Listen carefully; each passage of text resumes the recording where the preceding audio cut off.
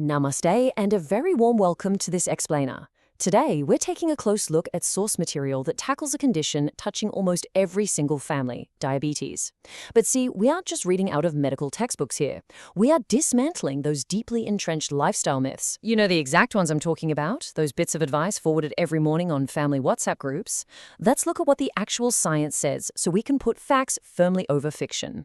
My sugar is always high. My body has just gotten used to it. I guarantee every single one of us has heard an uncle or an auntie say this exact sentence with a smile, kind of waving off their test results. It sounds perfectly logical, doesn't it? Our bodies are incredibly adaptable, but when it comes to blood sugar, this conversational comfort is actually a very dangerous hook.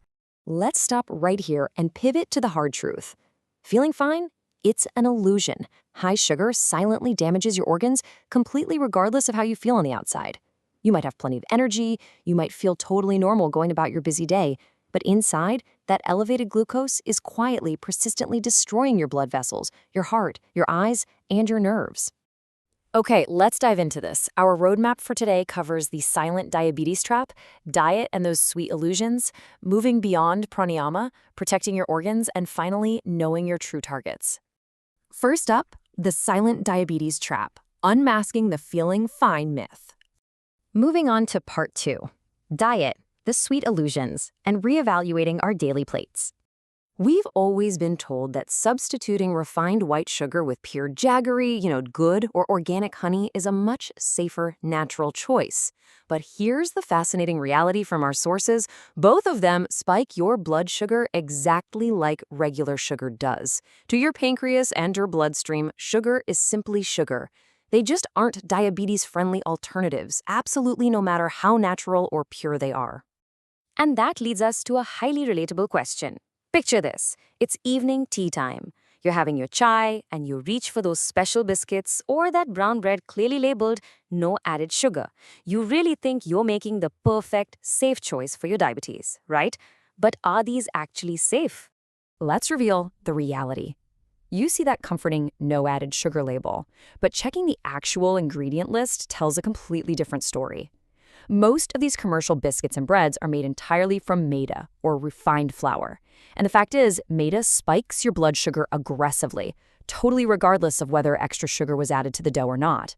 The label basically gives you a false sense of security, rendering that whole no sugar marketing virtually useless for a diabetic. Let's move to our third point and see how this builds. Moving beyond pranayama, the exercise equation. Now, let me be very respectful here.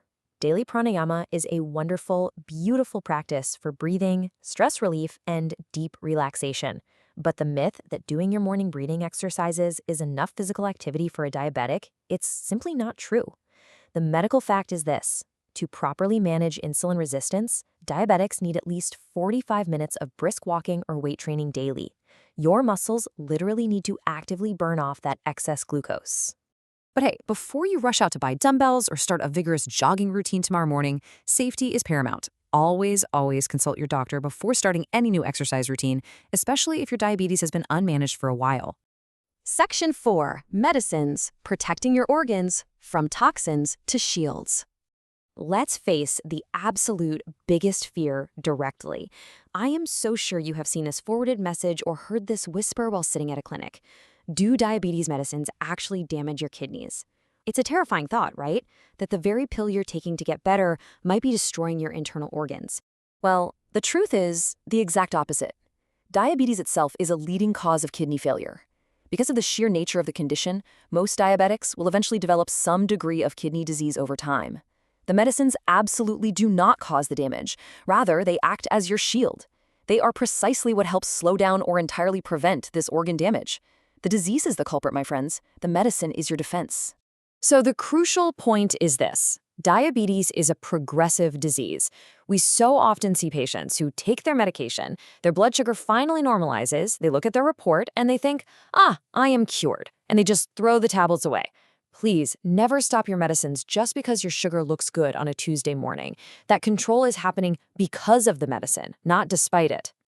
Now, there's also a strong bias toward things we consider natural. The myth here is that plain insulin is natural to the body and is therefore inherently better than popping synthetic tablets. But science has advanced beautifully. The fact is, modern anti-diabetic drugs offer so much more than just basic blood sugar regulation. And this brilliantly illustrates exactly what we mean. Modern anti-diabetic tablets provide incredible secondary benefits that plain insulin simply does not. They offer active heart protection, dedicated kidney protection, and they even aid in healthy weight loss. They're multitasking to keep your whole system safe, targeting the various complications that diabetes brings along with it. Which brings us to our final section, knowing your true targets and taking control of the numbers.